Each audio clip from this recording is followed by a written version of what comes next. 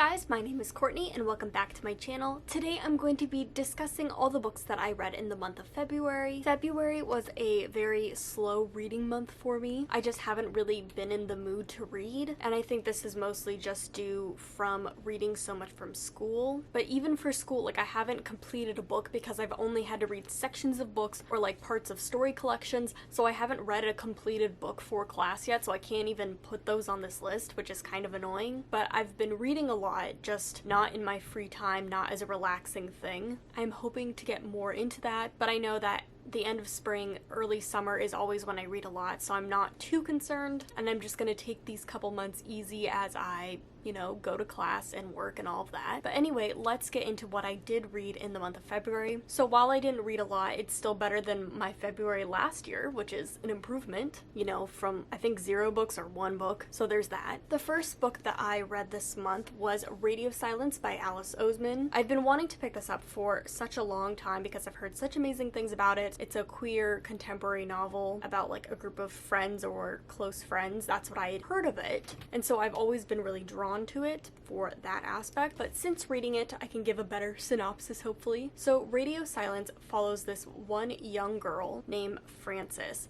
and Frances is obsessed with this podcast and with this figure that goes by the name of Radio Silence. She draws fan art for the podcast. She's just very much in this fandom and in this world. And Frances is kind of known as like the boring, studious girl. She's like head girl at her school. Yes, this book is British. I didn't know that. It's like very heavily British. Frances is considered this boring girl at her school. She's kind of a know-it-all, but at home she's not a boring person. She dresses in a way that she likes. She has her fandom, she has her art. She's just a very different person. And so she kind of comes more into contact with this young man called Aled. They find out that they're more connected than they thought they were because Aled is Radio Silence. They are the creator of the podcast. And so they just become really fast friends. I would call them like platonic soulmates. Frances and Aled's relationship is very friend-based, but it's not just them. They have like a community of friends that kind of come into play through this novel, and I really, really love this novel like everybody else. It's not quite a 5-star for me. I think if I reread it,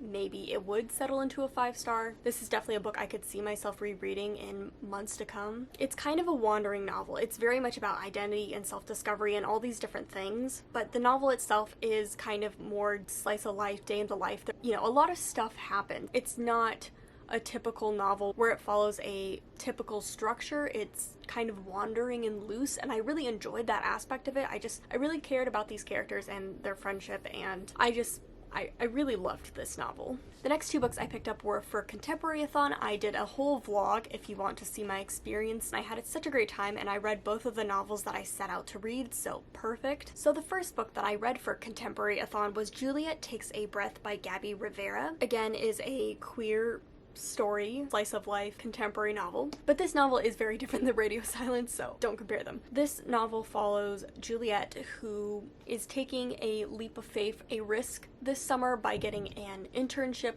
with this author that she very much admires. Juliet is a lesbian. She's coming out to her family. She's Puerto Rican. And going to Portland to have this internship experience, she's really meeting her identity head on. So this novel is really about Juliet finding herself and just her really exploring feminism and what it means, especially being queer, a person of color in the feminist community, and kind of tackling a lot of those issues head on. It deals with a lot of very difficult and hard-hitting topics in a really successful way. I think it deals with the feminist discourse and the problems that it sows very, very well. This novel is very comforting in the fact that Juliet does find places in this community for her. This novel is just so poignant and powerful and heartfelt and thoughtful, and I really, really love this novel. I feel like this novel is just so important, and I'm so glad it exists in the world. So whether you are aware of feminism and the discourse in feminism, or whether you are new to it, I feel like this is a great novel.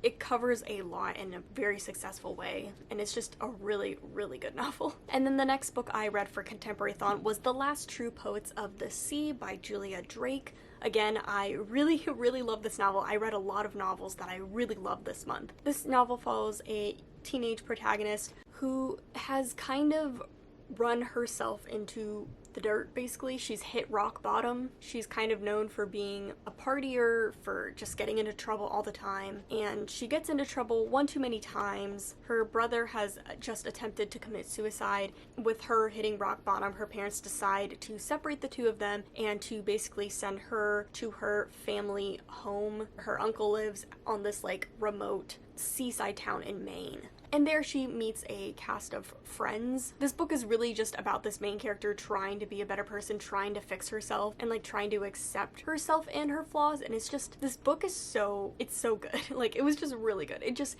hit me on so many levels. I don't know what it is, but I love rebellious teenagers. I love delinquent types. I feel like Violet is so different from a lot of protagonists that we have in the fact that she is so flawed but just like so lovable, and these are the characters I like to see, just like queer angry girls like learning and being better people. Like, I don't know, this just like, it's just me. I just love this book. So this ended up being a 4.5 out of 5 stars. I did really love this book. It wasn't perfect, but like it just like it hit me in the core. It had all the things I like: small rural town, queer kids, people making mistakes, trying to be better. Just, it had all the things I liked. So yes, these are all 3 books that I read this month, all of them being just like queer contemporary novels. I guess that's what I was feeling.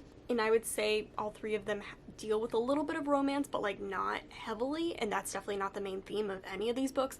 This one has the most romance in it, but still like not a lot again, so I guess that's just what I'm in the mood for. But the last thing I read this month that was not a novel was a manga, because I read a lot of manga. And so this was Yona the Dawn, volume 22 by Misaho Kusanagi. I've been reading these for years. I've been reading this comic for forever. I want to say I watched the anime like the year it came out or the year after it came out, like 2014 to 2015, somewhere in there. And I've been reading the manga ever since, so that is a very, very long time. I've talked about this before. It's a very special manga to me. I love this manga so much. If I could just convince people to read this or watch it, like, please. If I haven't convinced you yet, I don't know what will. Basically about this princess who's kind of looks obsessed. She's very shallow. A coup happens and she basically has to run out with her bodyguard, and along the way she just becomes such a badass. And it's just, this series, it's so good, and these characters, I care about them so much. I love this series. But okay, that is going to wrap it up. Those were all the books that I read this month. So it was a really great reading month. Everything was 4.5, 5 stars. So I took this month slower. I didn't read a lot, but everything I read, I loved. I know in March I'm probably not going to read a lot because I have school, but I'm hoping that everything I do read will end up being new favorites like this month, because this was a great reading month. Okay guys, thank you so much for watching. I'll see you guys later, and happy reading.